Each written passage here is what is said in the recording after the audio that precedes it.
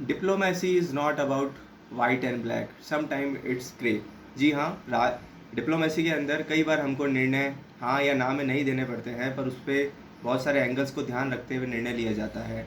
ऐसा ही हमारा निर्णय रहेगा इजराइल और पैलेस्टीन के कन्फ्लिक्ट के अंदर।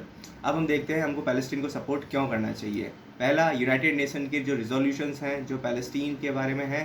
सेकंड, ह्यूमन राइट काउंसिल की जो रिजोल्यूशन है जो पैलेस्टीन के फेवर में है।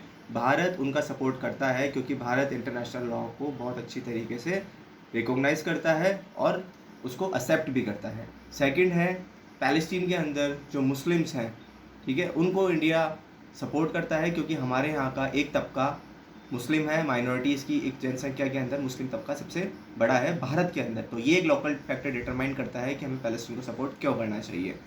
तीसरा है, पैलेस्टीन है वो एक अरब नेशन का पार्ट है और अरब नेशंस के अंदर बहुत सारे भारतीय काम कर रहे हैं और वो जो भारतीय काम करते हैं वो हमको फॉरेन रेमिटेंसेस भेजते हैं और इससे हमारा कहीं ना कहीं जो फॉरेन एक्सचेंज है वो उससे मजबूत होता है।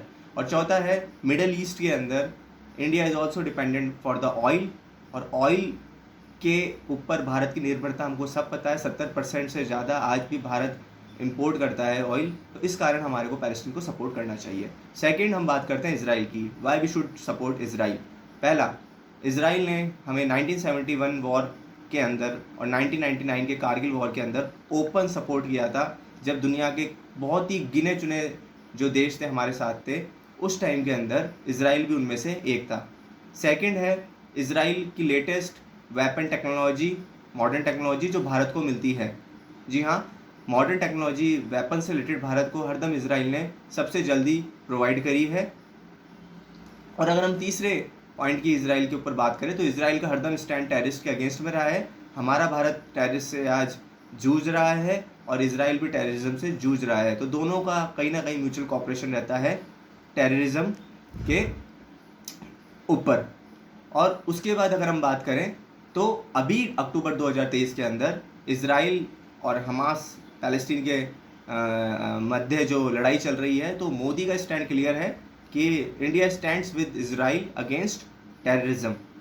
मोदी टेररिज्म के अगेंस्ट में खड़ा है इसराइल के साथ। तो ये कहीं ना कहीं हमने अपना ओपन स्टैंड दिया है इसराइल को।